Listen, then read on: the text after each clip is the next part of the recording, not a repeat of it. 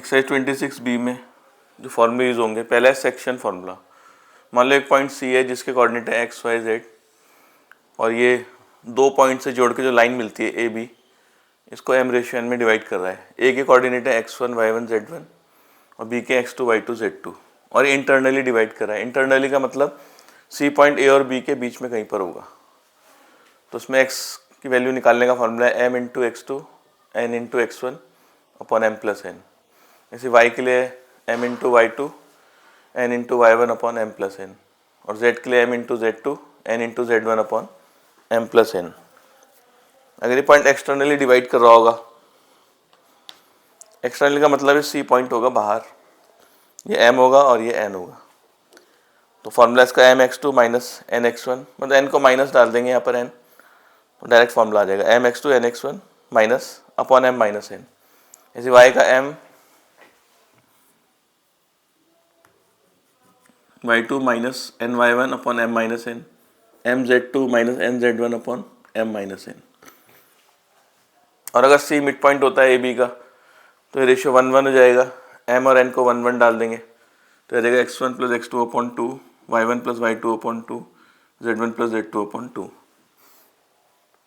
Exercise 26B का पहला question है।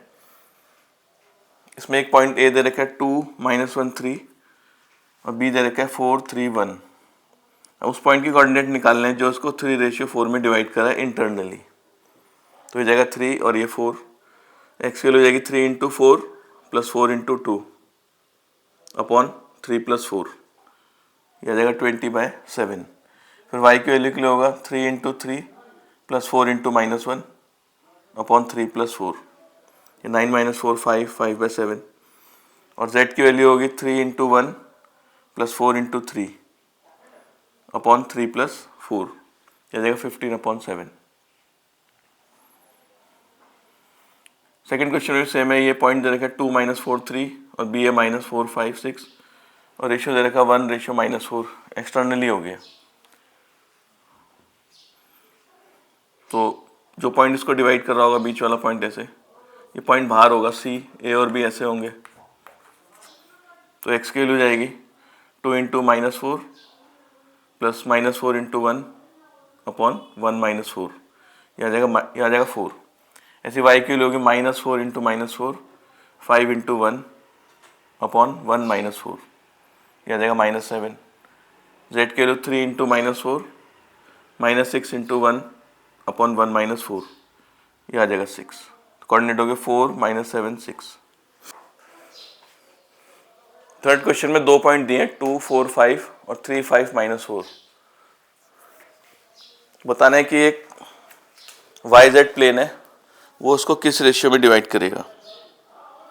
YZ प्लेन, तो YZ प्लेन में x की वैल्यू 0 हो जाएगी। तो जो पॉइंट होगा YZ प्लेन में जो डिवाइड कर रहा होगा AB को, तो YZ प्लेन में x की वैल्यू 0 और ये YZ, और रेशियो मान लेते हैं k:1। तो सेक्शन फार्मूला लगाते हैं इसके लिए, 0 equals to k into 3 plus 1 into 2 upon k plus 1।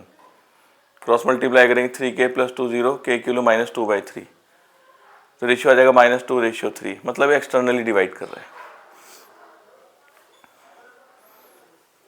Fourth question में है, इसमें 3 पॉइंट दिए, एक ओरिजिन है 0 0 0, एक है 2 -3 3 और एक है 2 3 -3। Find what ratio each point divide the segment joining the other two. मतलब हर एक पॉइंट बाकी दो पॉइंट को किस रेशियो में डिवाइड कर रहा है। तो बारी बारी से 3 पॉइंट है, बारी बारी से एक बीच में लेंगे, फिर इसको लेंगे बीच में, फिर इसको। तो मान लो ये बीच में और ये दोनों किनारे वाले पॉइंट है, रेशियो k:1 मान लिया, k1:1। सेक्शन फार्मूला लगाएंगे तो आएगा -2 equals to 2 into k1 plus 0 into 1 upon k1 plus 1। Cross multiply करके आ जाएगा, यहाँ से k1 की वैल्यू आ जाएगी -1/2, तो रेशियो हो गया -1:2। अब एक बार इस वाले पॉइंट को बीच में ले लेते हैं और उसको किनारे, k2:1 मान लेते हैं। फिर सेक्शन फार्मूला लगाएंगे 2 equals to -2 into k2 plus 0 into 1 upon k2 plus 1। Cross multiply करेंगे, यहाँ से भी k2 आ गया -1/2, यानी कि रेशियो हो गया -1:2। फिर ओरिजिन को ले लेते हैं बीच में, फिर सेक्शन फार्मूला लगाएंगे k3:1 मान लेते हैं। तो 0 equals to -2 into k3 plus 2 into 1 upon K3 plus 1, ये 0 हो जाएगा इधर, K3 आ जाएगा 1, तो रेशियो हो गया 1:1। फिफ्थ क्वेश्चन है find the coordinate of point which trisect A B, जो ए बी को ट्राइसेक्ट कर रहा है। ए के पॉइंट है 2 1 -3 और बी के 5 -8 3। ट्राइसेक्ट का मतलब होता है ये 1:2 में डिवाइड कर रहा है या फिर 2:1 में, दो बार निकालना है। पहले 1:2 ले लेते हैं। एक्स की वैल्यू होगी 1 into 5 plus 2 into 2 upon 1 plus 2, ये आ जाएगा 3। वाई की वैल्यू जाएगी 1 इंटू -8 2 इंटू 1 अपॉन 1 प्लस 2, ये आ जाएगा -8 प्लस 2 -6 अपॉन 3 -2। जेड की value 1 into 3 2 plus 2 into -3 upon 1 plus 2, ये आ जाएगा -1। फिर 2:1 लेना है, फिर निकालेंगे एक्स की value 2 into 5 plus 1 into 2 upon 2 plus 1, ये आ जाएगा 12 अपॉन 3 4। फिर वाई की value 2 into -8 plus 1 into 1 upon 2 plus 1, ये आ जाएगा -5। ऐसे जेड की value 2 into 3 plus 1 into -3 upon 2 plus 1, ये आ जाएगा 1। सिक्स क्वेश्चन है find the coordinate of point which is 3/5 of way from 3 4 5 to -2 -1 0। मतलब एक पॉइंट ढूंढना है और उसका डिस्टेंस जो ए से है और जो उसका डिस्टेंस बी से है उनका रेशियो हो जाएगा 3:2, क्योंकि इसमें एक दिया है ए पी जो है 3/5 है ए बी के।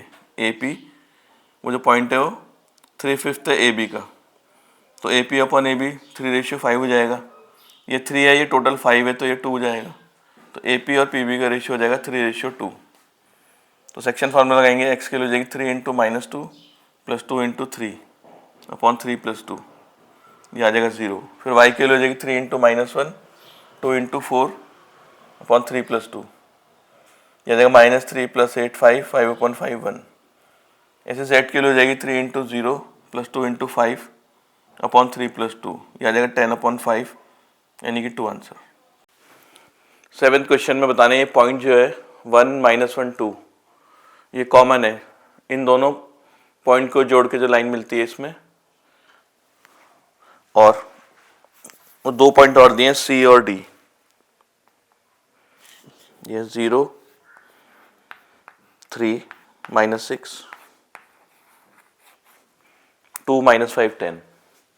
तो अगर ये पॉइंट इस लाइन में लाई कर रहा है, मान लो ये पॉइंट इसको K:1 में डिवाइड कर रहा है, सेक्शन फॉर्मूला लगाएंगे तो 1 equals to K into 16 plus 1 into 6 upon K plus 1। तो क्रॉस मल्टीप्लाई करेंगे 16 के लिए plus 6 equals to K plus 1, यहाँ से K की वैल्यू आ जाएगी -1/3। अगर इस पॉइंट से निकालते हैं -1 equals to K into -19 1 into -7 upon K plus 1।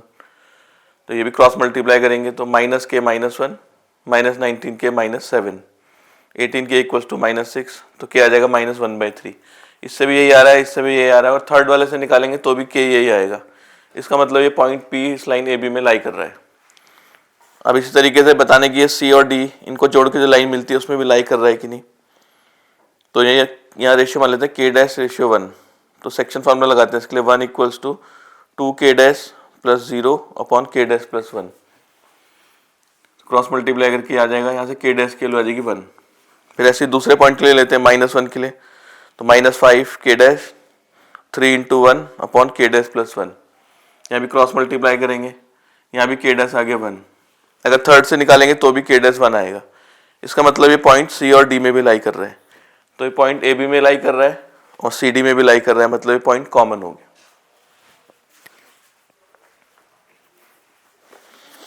Eight question में find the length of medians, median की लेंथ निकालनी है।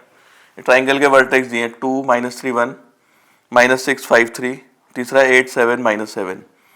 तो मीडियन मतलब जैसे यहाँ से हमने लाइन ड्रॉ करी और ये D इसका मिड पॉइंट हो जाएगा, इसकी लेंथ निकालनी है।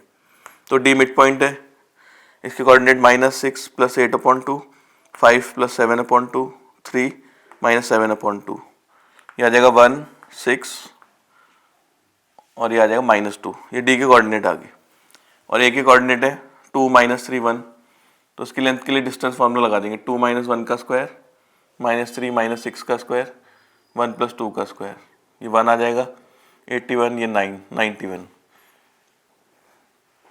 तो ऐसे बाकी मीडियंस की लेंथ भी निकाल लेंगे। जैसे यहाँ से एक ड्रॉ करेंगे, ये इसको ई मान लेते हैं, तो ई मिड पॉइंट हो जाएगा ए सी का, ई के पॉइंट आ जाएंगे, फिर बी की लेंथ आ जाएगी। ऐसे तीसरा मीडियन भी निकाल लेंगे सी एफ। तो इसी तरीके से बाकी भी आ जाएंगे।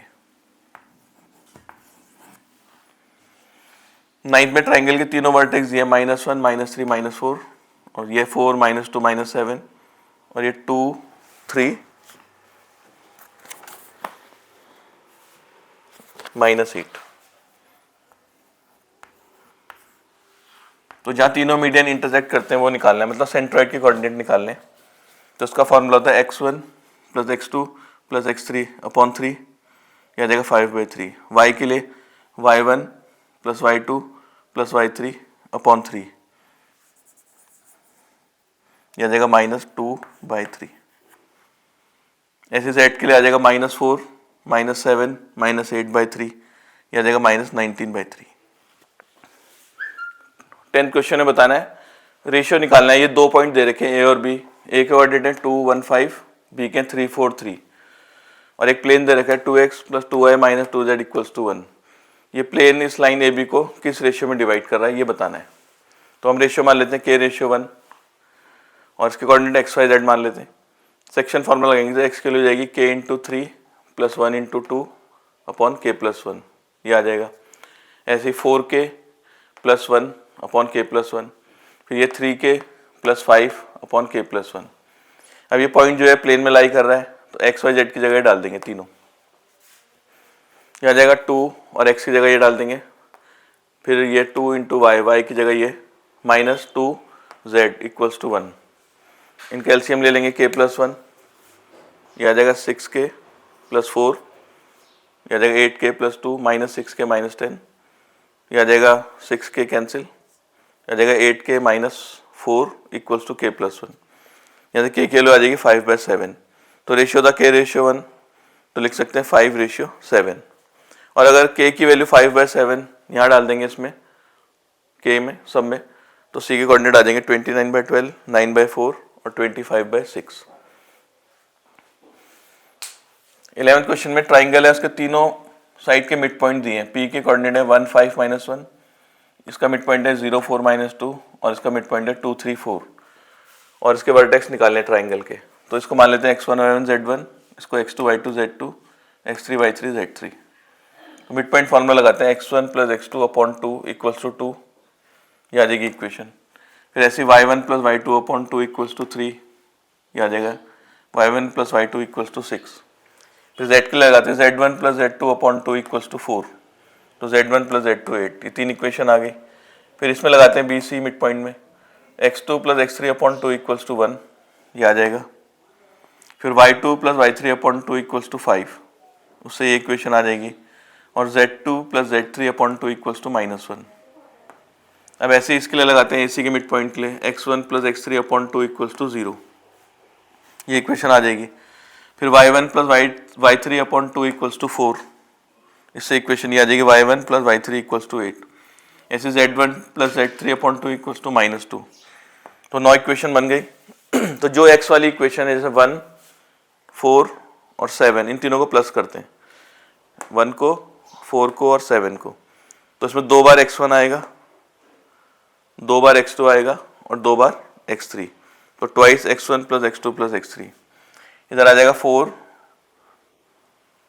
+ 2 + 0, यानी कि 6। तो ये आ जाएगा, 2 से कैंसिल कर देंगे इसको, ये आ जाएगा 3। तो x1 + x2 + x3 = 3। तो इसमें x1 + x2 की वैल्यू जो है वो 4 है इक्वेशन 1 से, तो x1 + x2 की जगह 4 लिख देंगे। तो 4 + x3 = 3, x3 आ जाएगा -1। अगर x3 को यहाँ -1 रखते हैं तो x2 आ जाएगा 3, और x2 को यहाँ 3 रखते हैं तो x1 आ जाएगा 1। तो तीनों x के कोऑर्डिनेट आ गए। ऐसे फिर जो y की इक्वेशन है, सेकंड इक्वेशन, 5th इक्वेशन और 8th इक्वेशन, इन्हें प्लस करते हैं। ये भी ट्वाइस आ जाएगा y1 + y2 + y3, और ये आ जाएगा 6 + 10 16 + 8 24। तो आ जाएगा y1 + y2 + y3 = 12। फिर y1 प्लस y2 की वैल्यू 6 है, यहाँ रख देते हैं 6, तो y3 आ जाएगा 6। अगर y3 को यहाँ 6 रखते हैं तो y2 आ जाएगा 4, और y2 को यहाँ 4 रखेंगे तो y1 आ जाएगा 2। फिर जो z वाली इक्वेशन है, थर्ड इक्वेशन, सिक्स्थ इक्वेशन, 9, इनको भी ऐड करेंगे। ये भी जाएगा twice z1 plus z2 plus z3 equals to 2, तो z1 plus z2 plus z3 equals to 1। तो z1 प्लस z2 की वैल्यू 8 है, अगर यहाँ 8 रखते हैं तो z3 आ जाएगा -7। अगर z3 को -7 रखते हैं तो z2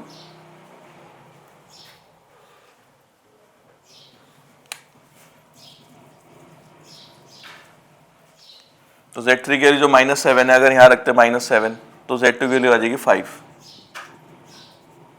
अगर z2 को 5 रखते हैं तो z1 आ जाएगा 3। 12th में एक पैरेललोग्राम दिया, तीनों वर्टेक्स दिए और चौथा वर्टेक्स निकालना है, तो हम इसको ज्वाइन कर लेते हैं डायगोनल को। P मिड पॉइंट होगा AC का, तो P के कोऑर्डिनेट हो जाएंगे 3 - 1/2 -1 + 1/2 2 + 2/2। P के कोऑर्डिनेट आगे 1 0 2। P जो है मिड पॉइंट है BD का भी, तो x + 1/2 y + 2/2 और z - 4/2। ये भी P के कोऑर्डिनेट है, ये भी P के कोऑर्डिनेट, दोनों इक्वेट कर देंगे। x + 1/2 = 1, यहाँ से x आ जाएगा 1।